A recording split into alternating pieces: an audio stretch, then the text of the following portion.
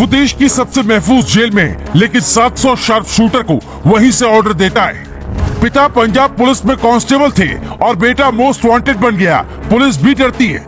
एक ऐसा गैंगस्टर जिसके सामने किसी सीएम की ना चली, जनता योगी को बुला रही है।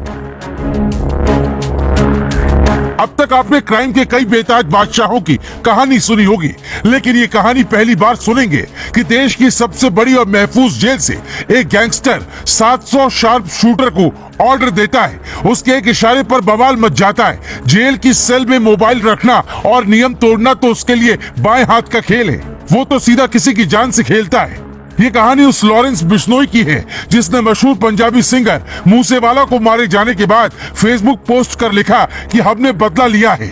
12 फरवरी 1993 को पंजाब के फिरोजपुर में जन्मा लॉरेंस बिश्नोई शुरुआत से ऐसा नहीं था।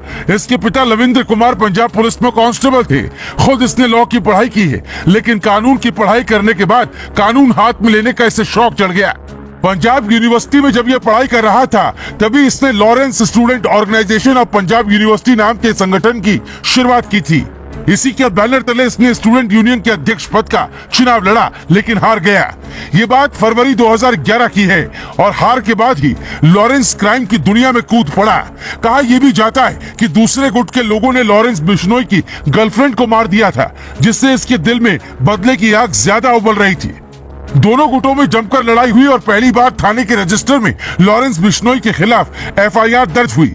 उसके बाद तो ये सिलसिला ऐसा चला कि अभी लॉरेंस बिश्नोई के खिलाफ 50 से ज्यादा मुकदमे दर्ज हैं। जिस गोल्डी बराड ने मूसेवाला को मारने की जिम्मेदारी ली है, वो लॉरेंस बिश्नोई से कॉलेज के दिनों में ही मिला था। इन दोनों ने मिलकर यूनिवर्सिटी में इतने झगड़े किए कि लॉरेंस बिश्नोई की यूनिवर्सिटी वाली लड़ाई का खौफ पंजाब के लोगों के दिलो दिमाग में बस गया। वो धीरे धीरे अपना नेटवर्क दूसरे राज्यों में भी फैलाने लगा। कुख्यात गैंगस्टर जग्गू भगवानपुरी को उसका गुरु कहा जाता है। जग्गू ने लॉरेंस बिश्नोई को बड़ा गैंगस्टर बना दिया। बिश्नोई को खुद के गैंग पर इतना भरोसा हो गया था कि सलमान खान को उसने जान से मारने तक की धमकी दी थी। कहा जाता है कि फिल्म रेडी की शूटिंग के दौरान लॉरेंस ने अपने गुर्गों के जरिए सलमान खान पर हमले करने की पूरी प्लानिंग कर ली थी।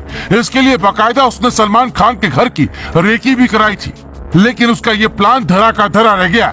लॉरेंस बिश्नोई खुद को बिश्नोई समाज के उन लोगों का पक्षधर बताता है जिन्होंने काला हिरण मारने पर सलमान के खिलाफ केस किया था।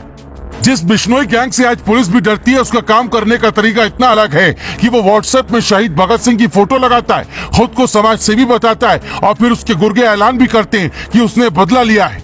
इसके गुर्गे मैक्सिको, थाईलैंड और इटली में बैठे लोगों से कांटेक्ट करते हैं। वहां से इन्हें पैसे की मदद मिलती है और ये यहाँ धड़ल्ले से हर तरह के काले कारनामों को अंजाम देते हैं।